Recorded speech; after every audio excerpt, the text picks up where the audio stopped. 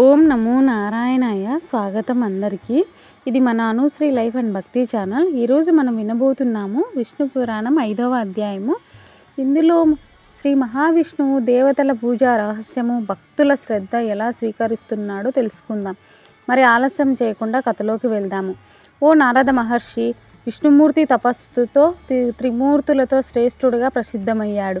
ఈ అధ్యాయం ప్రారంభమవుతుంది. బ్రహ్మదేవుడు భువనంలోని అన్ని దేవతలను సమకూర్చి భగవంతుని మహిమను వివరించడంతో దేవతలు ప్రశ్నించారు, ఓ బ్రహ్మదేవ, మన పూజలు మన యజ్ఞాలు భగవంతునికి చేరుతాయా లేక ఆయనకే అంకితమా?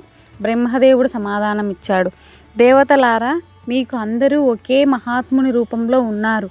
మీరు చేసే యజ్ఞము పూజ తపస్సు అన్నీ శ్రీ మహావిష్ణువు వైపు చేరుతాయి.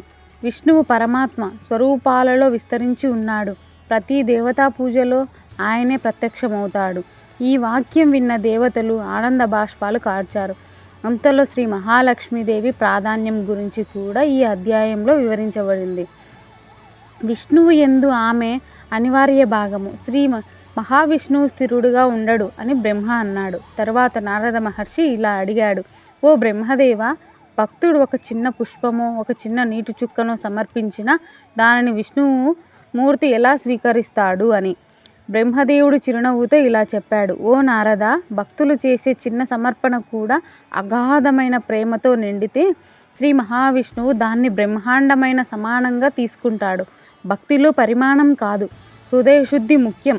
ఇది విన్న నారదుడు ఆలోచించాడు. విష్ణుమూర్తికి భక్తి సులభమైన మార్గమని, దానిని అనుసరించిన వారికి జన్మ మరణ చక్రం దూరం అవుతుందని.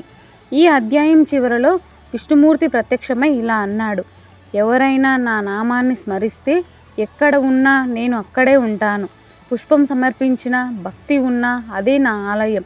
అప్పుడు దేవతలు, ఋషులు, భక్తులు అందరూ ఓం నమో నారాయణాయ అని జపిస్తూ ఆయనకు నమస్కరించారు. అందుకు ఆయన కరుణాభావాన్ని పొందారు. ఇలా విష్ణు పురాణం 5వ అధ్యాయము భక్తి, సమర్పణ, విశ్వాసం యొక్క శక్తి మనకు నేర్పుతుంది. ఇది విష్ణు పురాణం.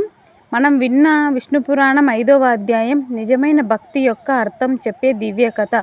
ఈ వీడియో మీకు నచ్చినట్లయితే లైక్ చేయండి, షేర్ చేయండి. మన అనుశ్రీ లైఫ్ అండ్ భక్తి ఛానల్ను తప్పక సబ్స్క్రైబ్ చేయండి. మరో అధ్యాయంతో మరీ భక్తో కాదుతో మళ్ళీ కలుద్దాం. ఓం నమో నారాయణాయ.